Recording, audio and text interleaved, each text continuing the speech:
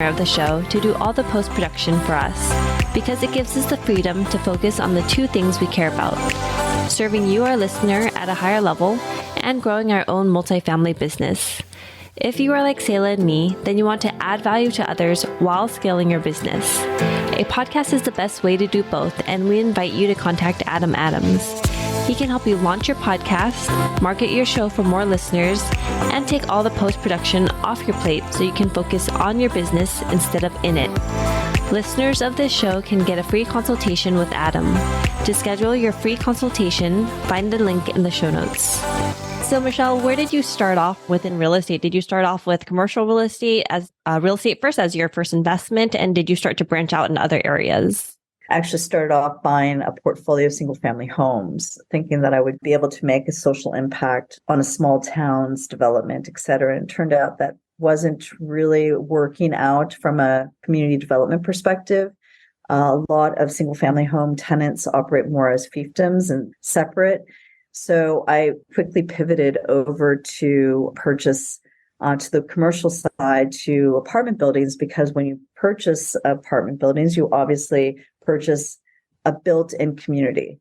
So whether it's like a small multi-family building of 30 units, for instance, to upwards to 100 plus units, you can make an immediate impact under one roof across the board, across many different generations, religions, classes, et cetera. So that turned out to be a lot more interesting. I have focused a lot on affordable housing, workforce housing. Coming from a poor immigrant background, it was something that was near and dear to my heart and something that I've always wanted to nurture. So that's been my focus since the last 5 years, and I don't see that changing.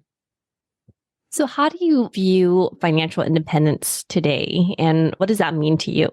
It means don't put your eggs all in one basket. So there's really 3 types of financial independence. Is a marathon, first of all. It's through those little efforts that you make every day that allow you to achieve in the long run, like 5, 10 years from now, what you define as financial independence and financial freedom. What I consider that, or what you do, might be completely different. I don't need a Learjet, for instance, or a private yacht. Some people might, and that might be theirs, but that's a different price tag. Mine are just simpler. It's be present for my children or my other family members to make a difference, to set up a scholarship fund for high school students that want to go to college, things of that nature. So that's my why.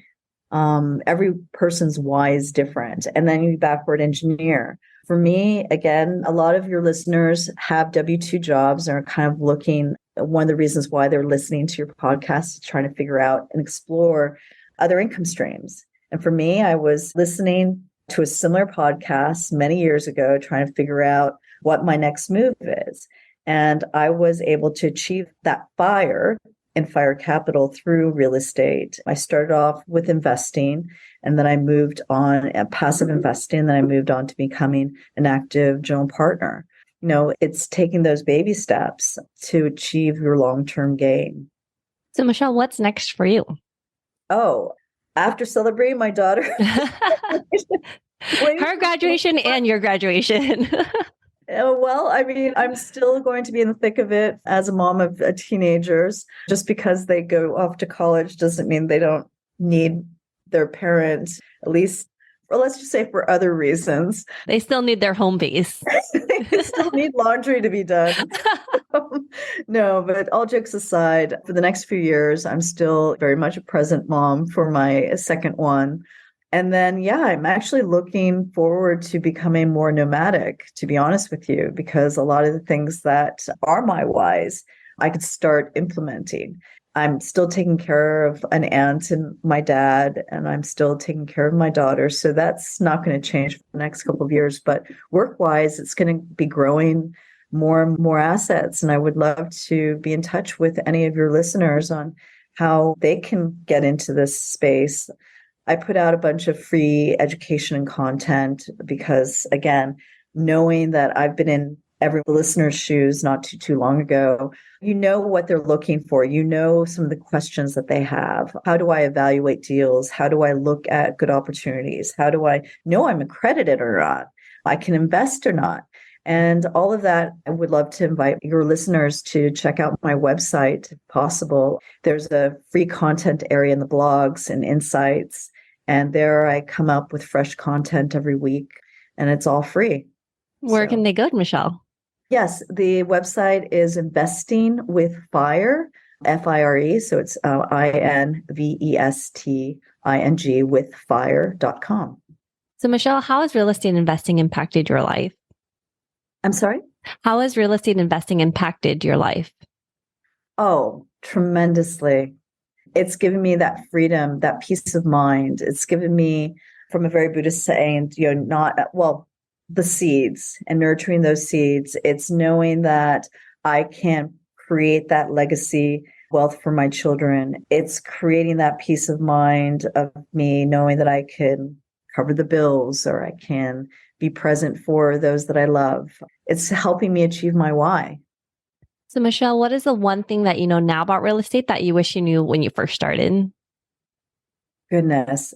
It's not really real estate related, but it's important across all sectors. And you and I talked about it earlier, but working with people that share your values, the integrity, that is so critical for me. The trust that you need to build, because all of this is like little marbles that you put in the marble jar. It's those little moments, those little actions, and it can easily get destroyed in a second.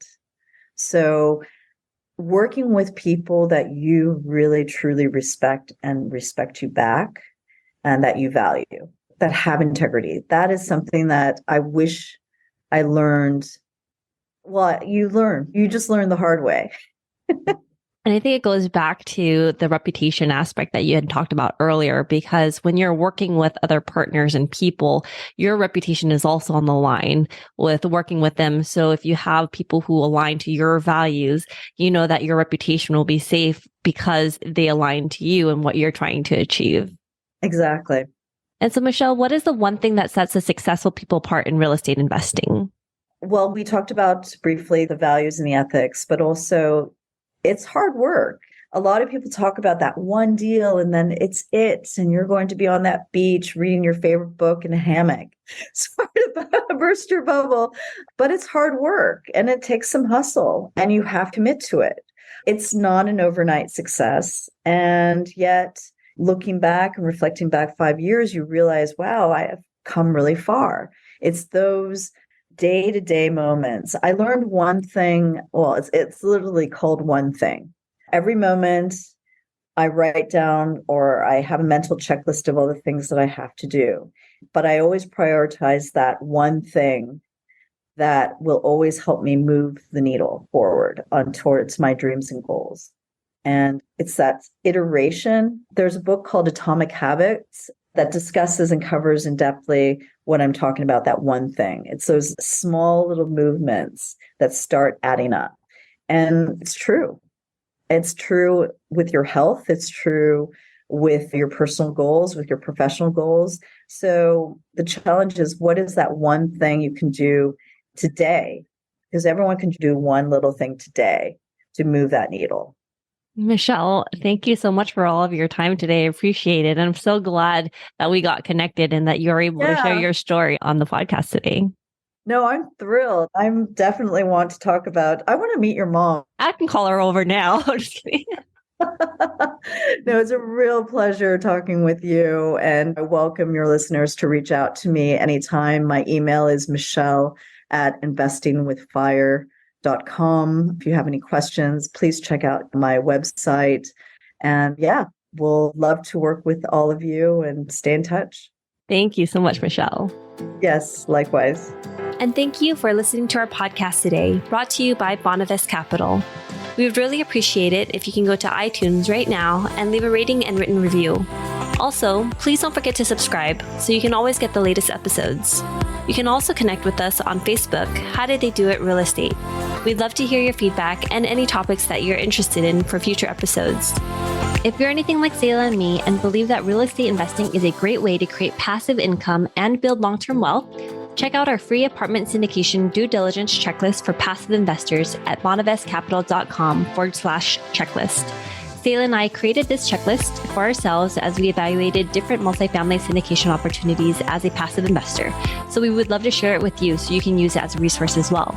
Download your free copy today at bonavestcapital.com/checklist.